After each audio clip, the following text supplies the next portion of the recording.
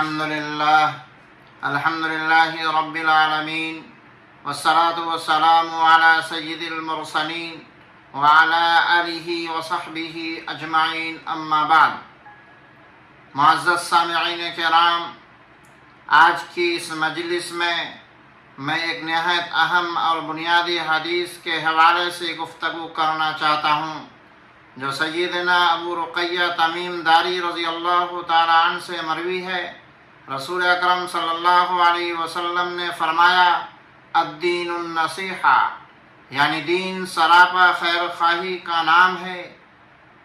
اسلام کوئی محض چند عبادات کا نام نہیں، بلکہ ایک مکمل نظام حیات ہے، اور اس کی اصل بنیاد اخلاص، خیر خواہی اور محبت پر قائم ہے۔ حضور اکرم صلی اللہ علیہ وسلم نے اس ایک جملے میں دین کی روح بیان کر دی ہے کہ الدین النصیحہ، یعنی دین دراصل خیر خواہی ہے۔ اگر خیر خواہی نکل جائے تو دین کا حسن اور روح ختم ہو جائے گی۔ اس حدیث کے اگلے حصے میں صحابہ کرام نے عرض کیا، رسول اللہ، نصیحت کس کے لیے؟ آپ صلی اللہ علیہ وسلم نے فرمایا، للہ، اللہ کے لیے خیر خواہی، ولی کتابی، اللہ کی کتاب کے لیے خیر خواہی، ولی رسولی، اللہ کے رسول صلی اللہ علیہ وسلم کے لیے خیر خواہی، ولی ائمۃ المسلمین، مسلمانوں کے حکمرانوں اور رہنماؤں کے لیے خیر خواہی، وعامتہم، عام مسلمانوں کے لیے خیر خواہی۔ آئیے مختصراً ان 5 پہلو پر روشنی ڈالتے ہیں۔ اللہ کے لیے خیر خواہی کا مطلب یہ ہے کہ ہم اس کی ذات پر ایمان لائیں، اس کی صفات کو مانیں، اس کے ساتھ شرک نہ کریں، اس کے احکام کو مانیں اور اپنے اعمال میں اخلاص پیدا کریں، یعنی ہم اپنی عبادت، اپنی محبت، اپنی اطاعت صرف اور صرف اللہ کے لیے کریں۔ کتاب اللہ کے لیے خیر خواہی کا مطلب یہ ہے کہ ہم قرآن کو اللہ کی ہدایت مانیں، اسے پڑھیں، سمجھیں، اس پر عمل کریں اور دوسروں تک اس کا پیغام پہنچائیں۔ آج ہماری بڑی کمی یہ ہے کہ قرآن صرف رسم کی کتاب بنا لیا گیا ہے۔ اصل خیر خواہی یہ ہے کہ ہم اپنی زندگیوں کو قرآن کے مطابق ڈھالیں۔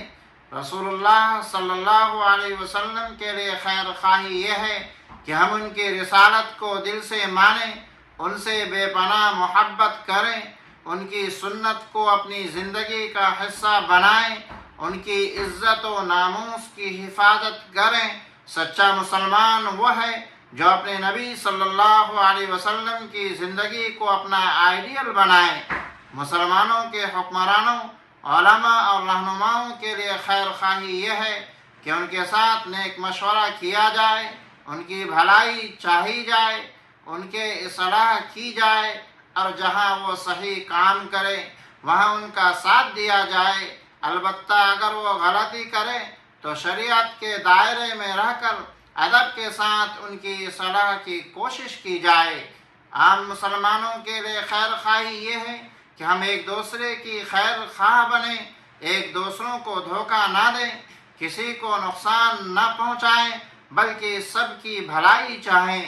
آپ صلی اللہ علیہ وسلم نے فرمایا، لا یؤمن احدکم حتی یحب لأخیہ ما یحب لنفسہ، تم میں سے کوئی اس وقت تک کامل مومن نہیں ہو سکتا جب تک کہ وہ اپنے بھائی کے لیے وہی پسند نہ کرے جو اپنے لیے پسند کرتا ہے۔ معزز سامعین کرام، یہ مختصر سا جملہ الدین النصیحہ دین کے پورے نظام کو اپنے اندر سمیٹ لیتا ہے۔ اگر ہم اپنی زندگی میں خیر خواہی کو اختیار کر لیں تو خاندانوں میں محبت ہوگی، معاشرے میں سکون ہوگا اور امت میں اتحاد و یکجہتی قائم ہوگی۔ آئیے ہم عہد کریں کہ اللہ کے لیے اخلاص پیدا کریں، قرآن کو زندگی کا دستور بنائیں، رسول اللہ صلی اللہ علیہ وسلم کی سنت کو اپنائیں، اپنے قائدین کے لیے دعا اور خیر خواہی کریں، اور عام مسلمانوں کے لیے محبت و اخوت کا جذبہ رکھیں۔